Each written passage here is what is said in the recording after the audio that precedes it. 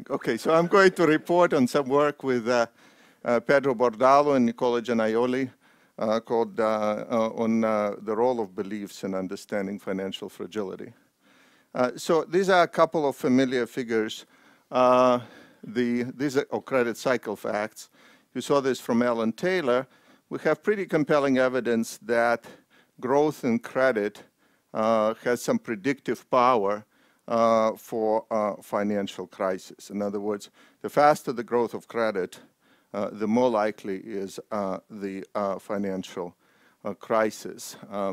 This is a closely related figure that you saw from Jan, Sufi, and Werner, which shows that growth of household credit predicts not just financial crisis, but also economic slowdowns.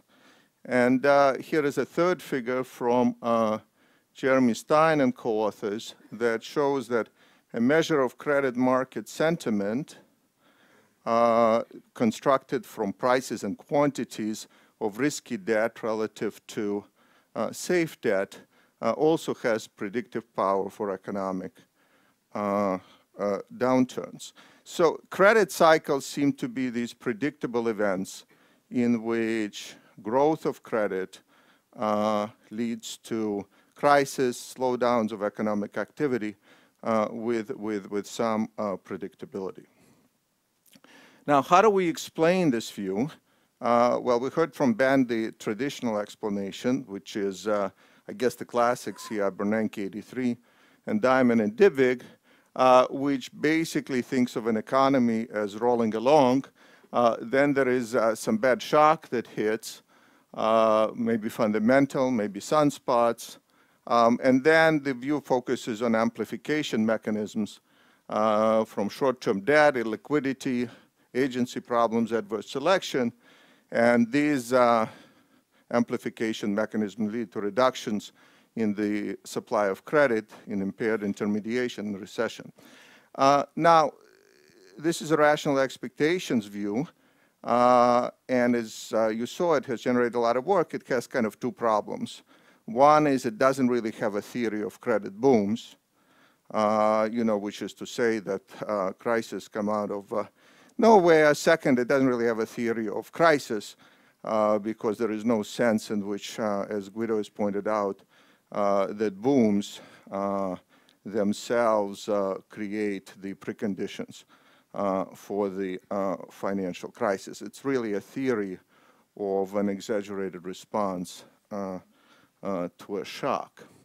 There is another view which we call instability from beliefs. It's not original to us. It's the view most closely related to literature from Minsky and Kindleberger, which takes a different perspective, which is that it says that credit booms are caused by expectations or beliefs, by excess optimism that leads to excess lending and investment, that this boom itself generates preconditions for the corrections of expectations, perhaps through bad news or perhaps through also exaggeration, or perhaps also through waning of optimism, and that itself leads to a crisis or a recession through the very standard mechanisms of impaired intermediation, which are the same as the ones with the traditional mechanism. What this view stresses is the crises are due to non-rational beliefs, which may be amplified by a traditional mechanism.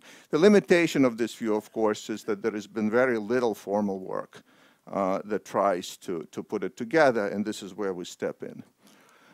Now, here is some evidence that you might think would support or point you in the direction of this view. This is a picture which has become extremely important in finance, but hasn't really made it into macro, from Greenwood and Hansen, about the predictability of returns from credit market conditions. So the blue line is a measure of credit market sentiment, which is essentially the risky debt share, the share of corporate bond issuance that goes to risky debt. The red line is the excess returns on high yield bonds. And what this figure shows is when there is excess issuance or when there is high issuance of risky credit in the total, returns on high yield bonds going forward are extremely low, which is again evidence of market inefficiency or reversions of beliefs toward the mean. Here's a figure you already saw in Ellen Taylor's presentation, which is actually an amazing figure from Barron and Chong, which also points to the predictability of financial crisis. What it shows is that as bank lending expands, bank returns are extremely high, and that has predictive power for future contraction of bank lending and low returns of bank stocks. Again, the evidence points very clearly, if you trust information in stock market prices, of overreaction of prices of beliefs during booms and correction afterwards. So the project that we've been trying to pursue is one which squarely focuses on this expectational mechanism as a driver of credit cycles. So to pursue this project, we've tried to do three things. First is to try to measure and analyze expectations from survey data. Second, and perhaps most important for us, is to develop psychologically founded portable models of beliefs, which is to say that you need to replace rational expectations with something, or try to. And third, try to incorporate these beliefs into standard macro finance settings. So let me start with beliefs. You know, how do you measure beliefs? Are surveys informative? Are they just noise? What do survey expectations look like? Can we say something about underreaction or overreaction to information based on survey beliefs? I should say that in our work, we've not focused on heterogeneity of beliefs, but John will talk about that very important work.